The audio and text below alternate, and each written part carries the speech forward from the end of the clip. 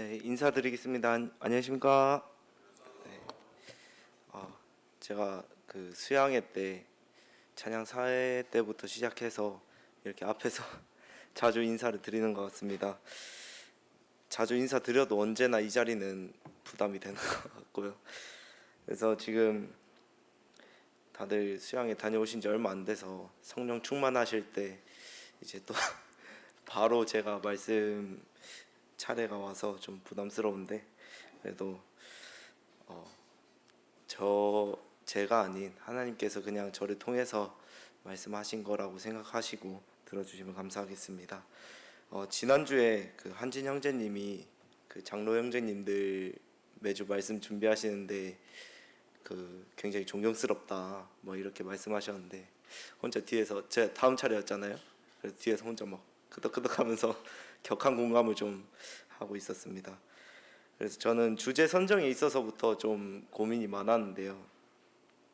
막 이제 결혼한 지 얼마 되지도 않았고, 그래서 뭐 결혼 간증을 해야 되나 뭐 혼자 고민을 했는데, 이제 결혼 간증까지는 아니더라도 이제 제가 하나님 안에서 그 자매와 이제 교제를 하면서 무엇을 바라보면서 믿음의 경주를 할 것인가에 대해서 좀 말씀을 드리려고 합니다.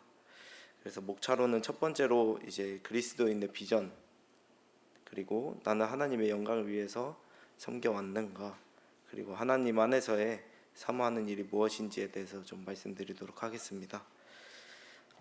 저는 믿음의 경주를 할 때 목표를 정한다고 한다면 하나님 안에서 목표라는 것이 이제 하나님 안에서의 비전이라고 정의를 좀 했습니다.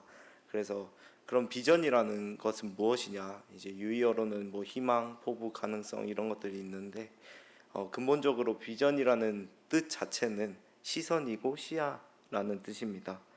그래서 결국에는 자신이 무엇을 바라보고 있는가에 대해서 말하고 있는 거라고 저는 생각을 했는데, 그럼 하나님 안에서의 비전은 무엇인가, 그리고 또 하나님 안에서 무엇을 바라보아야 하는가, 이제 제가 생각하기로는 이제 하나님의 꿈이자 또 일하시는 목적이고 계획이라는 것입니다. 그래서 어떤 형제님이 이런 말씀 시간에 이런 질문을 하셨어요.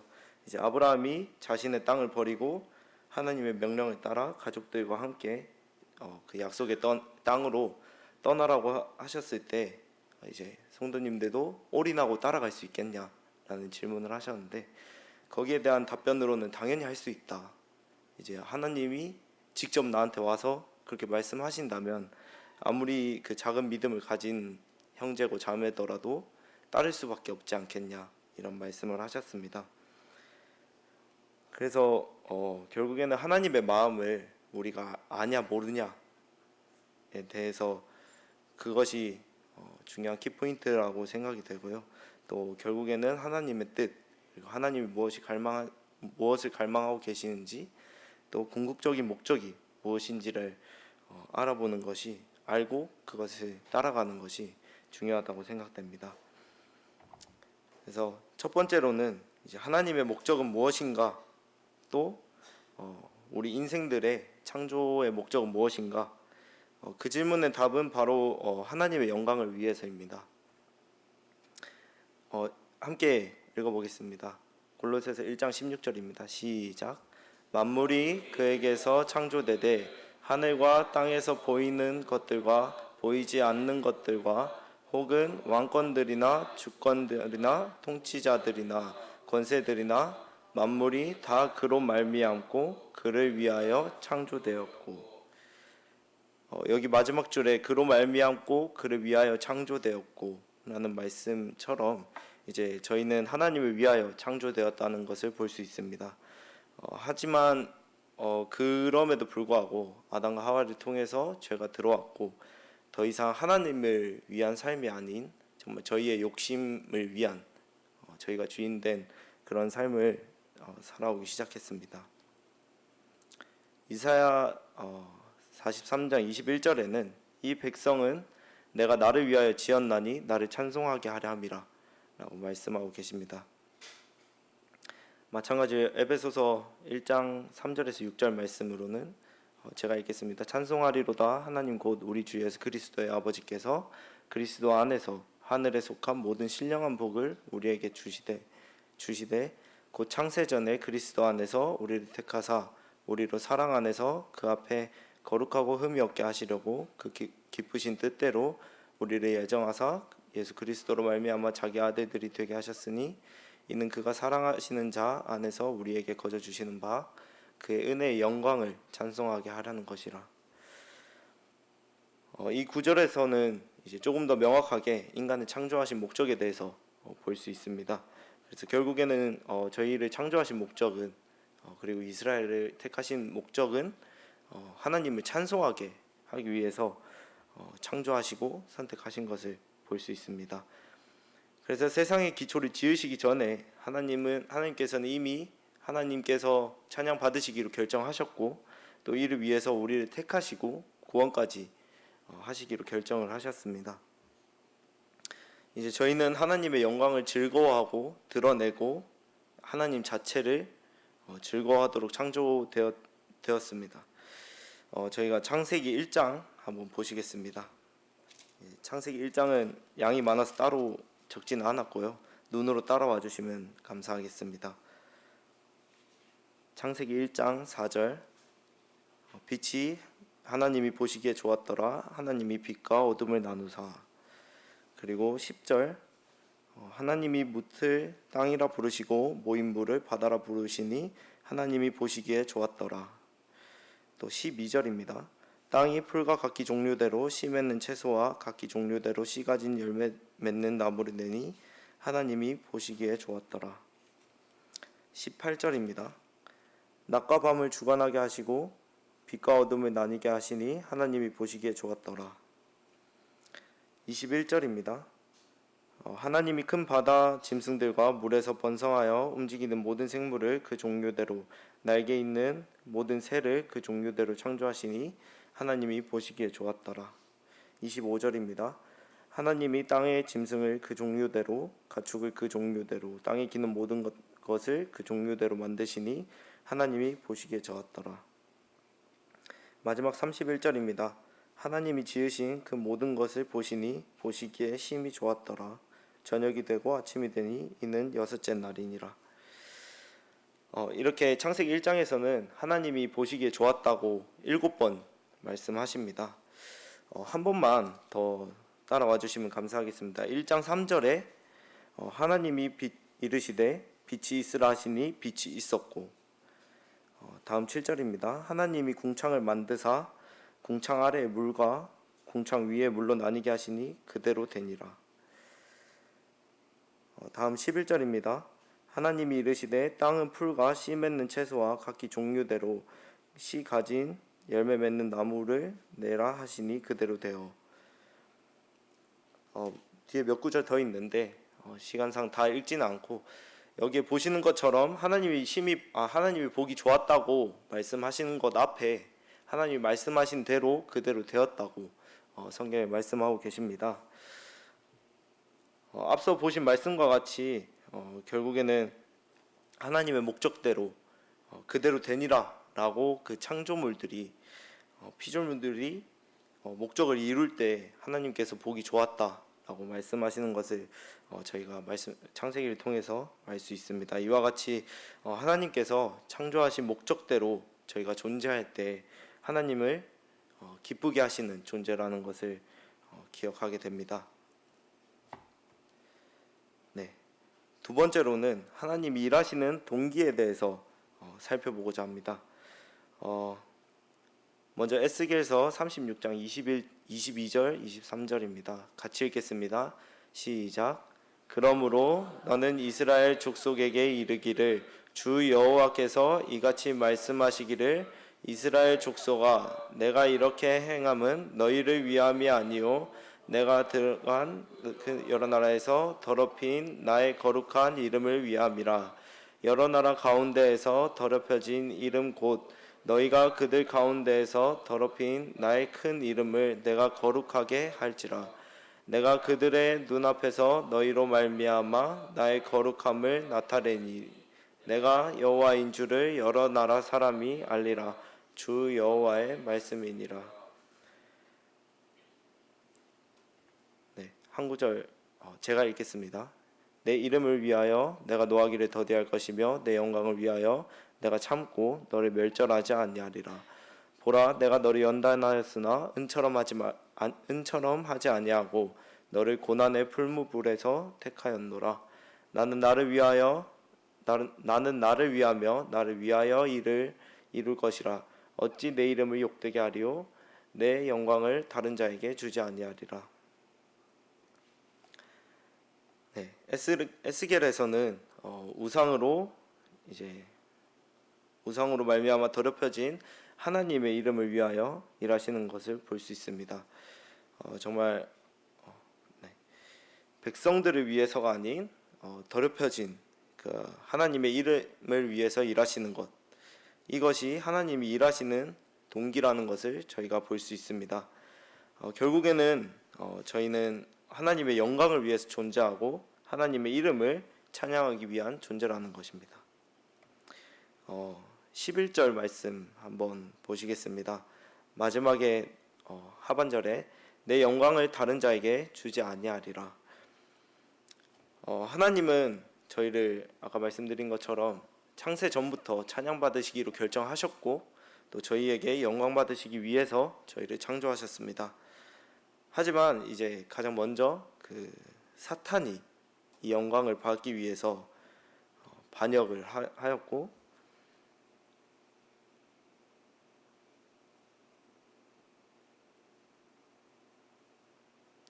길을 잃었습니다. 잠시.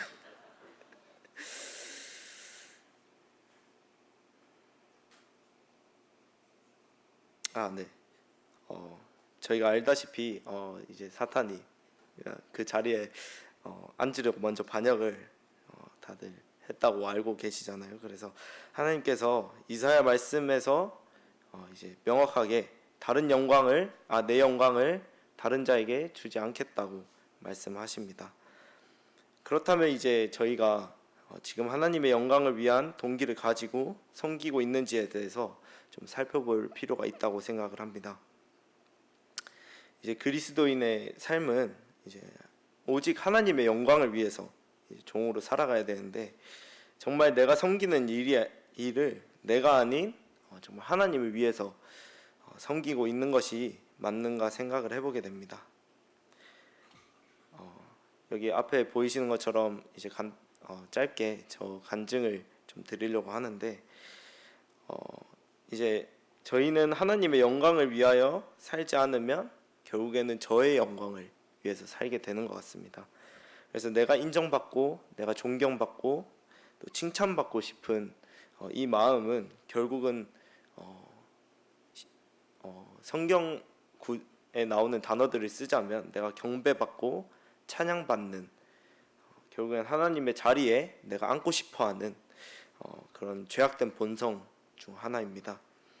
그래서 내가 섬기고 있는 주일학교, 애찬, 청년회, 찬양 인도 등등 일이 많잖아요. 이 모든 섬김에 있어서 내가 조금이라도 드러나길 원하는 그런 마음이 있다면 저는 감히 본인을 위한 거라고 말씀드리고 싶습니다. 과연 그러면 이게 그리스도인으로서 옳은 모습인가? 라고 생각을 하면 당연히 절대 아니겠죠. 그래서 하나님이 가장 싫어하는 죄는 이제 하나님의 영광을 가로채는 것입니다. 그래서 저희 흔히들 그 복음 시간에 막 그런 말 듣잖아요. 내 인생에서 내 주인의 자리는 나인 거는 죄고 또 구원 받으면 이제 그 주인의 자리는 하나님 것이고 이런 말씀을 많이 듣잖아요. 제가 좀 전에 말씀드린 것과 같은 원리라고 생각을 합니다. 결국에는 내가 그 자리에 앉아서 칭찬받고 인정받고 존경받고 싶어하는 그런 마음이 결국에는 그 자리의 주인이 저라는 것을 볼 수 있게 됩니다. 사실 이 간증이 굉장히 몇 년 전부터 저는 좀 깨달았다고 해야 되나요? 알고 있었습니다. 그래서 정확히는 기억이 안 나는데 군대 가기 전이었는지 후였는지 어쨌거나 시간적인 여유가 굉장히 많을 때였습니다. 그래서 맨날 남는 게 시간이니까 교회 와서 막 그때 스케줄이 일요일, 수요일, 금요일 집회 있잖아요. 그 다음에 그때는 연대기가 있었습니다. 그래서 화요일에 연대기 막 와서 하고 목요일에는 대학 모임 있고 토요일에는 또 청년회 하고 그러니까 하루 빼고 다 교회에 와 있었어요. 진짜 막 시간이 남다 보니까 어쨌거나 그런 정도로 이제 시간적인 여유가 많았을 텐데 정말 남는 게 시간이다 보니까 교회에 섬길 수 있는 부분들 막 전화 와가지고 도와달라 뭐 혹시 시간 되냐 하면 뭐 저는 무조건 오케이였습니다. 그냥 막 재밌으니까 막 그렇게 살아왔는데 이제 뭐 그때 당시에 주일학교 교사도 했었고 막 청년회 리더도 했었고 뭐 찬양 뭐 인도도 하고 뭐 그랬었는데 그러니까 교회에 뭐 크든 작든 행사가 있다 그러면 신재민이 거기 있었어요. 그러니까 무조건 신재민 보려면 그냥 교회 행사 가면 뭐 어쨌거나 그 정도로 막 열심히 했었는데 그러니까 저는 당연히 그 교회 일을 하는 거니까 이제 그냥 하나님을 위하는 거지라는 막연한 그런 생각을 가지고 있었는데 그러다 문득 그런 생각이 들었습니다. 이제 아주 작은 틈 사이로 이제 누군가 나를 알아봐주고 칭찬해주고 이런 것들을 바라는 그런 제 속마음을 느끼게 됐습니다. 그래서 요새 말로는 현타라고 하죠. 그러니까 현타가 딱 와가지고 내가 그동안 그렇게 열심히 했는데 집보다 교회에 더 오래 있었는데 알고 보니까 하나님을 위한 게 아니었네? 라는 생각이 딱 들면서 이제 그렇게 열정 넘치고 막 재밌고 옆에서 잘한다 해주고 막 어른들이 막 우쭈쭈 해주면서 막 그렇게 해 계속해 막 역시 막 이러면서 해주니까 너무 좋아가지고 신나서 한 거였어요. 결국에는 하나님을 위한다 보다 그냥 그렇게 칭찬받고 막 열심히 한다 해주고 하시니까 그냥 신나는 마음에 했었는데 그때 느꼈습니다. 저는 진짜 근본적으로 쓰레기구나.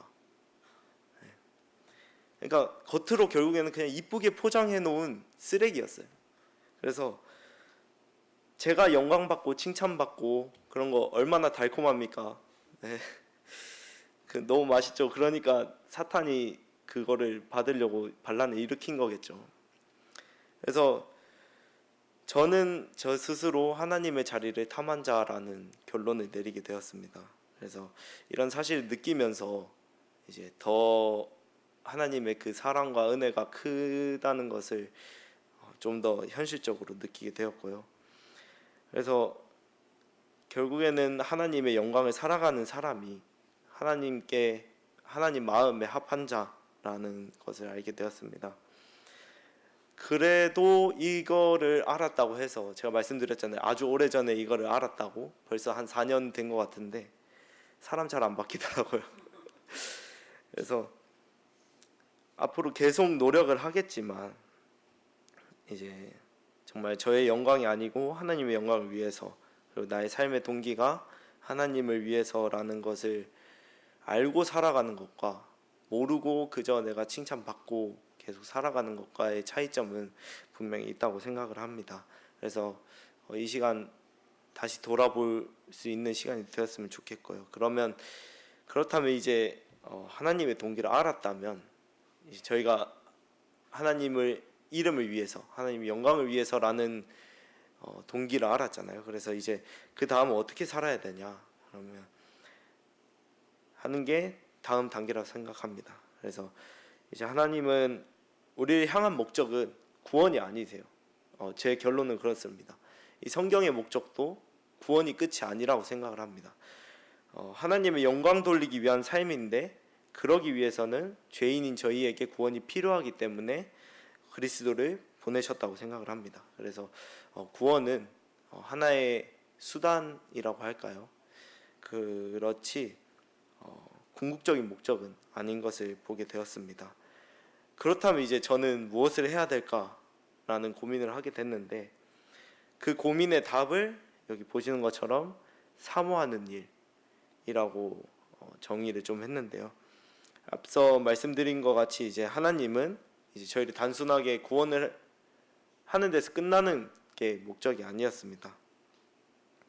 그래서 하나님을 찬양하고 예배하고 정말 하나님을 기쁘게 하는 그런 자녀가 되기를 원하십니다. 그래서 제가 아직 애를 키워보진 않았지만 여기 계신 대부분의 성도님들이 자녀를 키우시고 또 그 자녀들이 사춘기를 지나고 뭐 이런 것 같습니다. 그래서 제가 아직 부모는 못 해봤지만 자녀는 해봤기 때문에 살짝 감정이입을 해서 말씀드리면, 자녀들이 이제 말기 어느 정도 알아들을 때 되고 사리 분별도 할 줄 알고 뭐 그 정도로 컸는데 집에 와가지고 학교 끝나고 와서 그 침대에 누워가지고 배 긁으면서 막 휴대폰하고 게임하고 드라마 보고, 막 요새 넷플릭스 유행하잖아요. 막 넷플릭스 보고 그렇게 놀기만 하는 자녀를 봤을 때 부모님들의 심정은 어떠신가요? 썩 뭐 제가 정확한 심정은 모릅니다만은 썩 좋진 않을 거라고 생각을 합니다. 굉장히 답답하실 거라고 생각이 드는데, 반대로 그러면 부모님이 행복함을 느끼실 때는 언제신가요? 제가 생각했을 때는 자녀들이 스스로 부모님을 위한 마음으로 자발적으로 이제 기뻐할 만한 일을 하고, 또 뭐 우리 부모님 뭐 좋아하지 이러면서 막 부모님 좋아하는 간식 사러 가고 사다 드리고, 이런 사소한 것부터 정말 부모님을 위해서 일을 하고 또 수고하고 뭐 봉사할 때 진짜 막 하다못해 설거지라도 스스로 할 때 부모님들이 기뻐하신다고 생각을 합니다. 그래서 저는 아직 말씀드렸다시피 부모가 돼보지 않았지만 실수가 있고 서툴러도 이제 당연히 뭐 어린 자녀라면 그렇게 하는 과정에 있어서 실수가 있을 수 있잖아요. 그럼에도 그런 결과보다는 그 자녀들이 자발적으로 부모를 위한다는 마음을 보고 기뻐한다고 생각을 합니다. 그래서 하나님도 마찬가지로 저희가 자녀 구원받고 딱 자녀 되었을 때 당연히 기뻐하시겠죠. 근데 스스로 저희가 하나님께 감사드리고 찬양드리고 하나님 마음에 합한 자가 되기 위해서 노력하고 한다면 정말 하나님이 기뻐하실 거라고 생각을 합니다. 그래서 저는 하나님이 원하시는 게 무엇일지 고민하고, 또 하나님 안에서 내가 할 수 있는 일이 무엇인지 찾기 시작했어요. 네. 그런데 처음에는 그저 애기들이 막 좋고 막 그냥 잘 따라오고 막 안겨 있고 이런 것들이 좋아서 주일학교를 선택했습니다.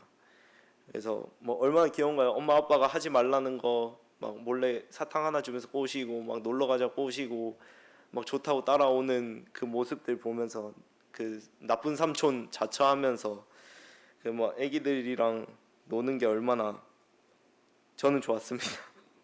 그래서 너무 그런 것들이 너무 행복을 느껴서 주일학교를 선택을 했는데 생각보다 쉽지 않더라고요. 그래서 당연히 에너지적인 측면에서도 힘이 들고요. 아이들을 가르친다는 게 이렇게 어려운 건지 처음 알았습니다. 이제 제가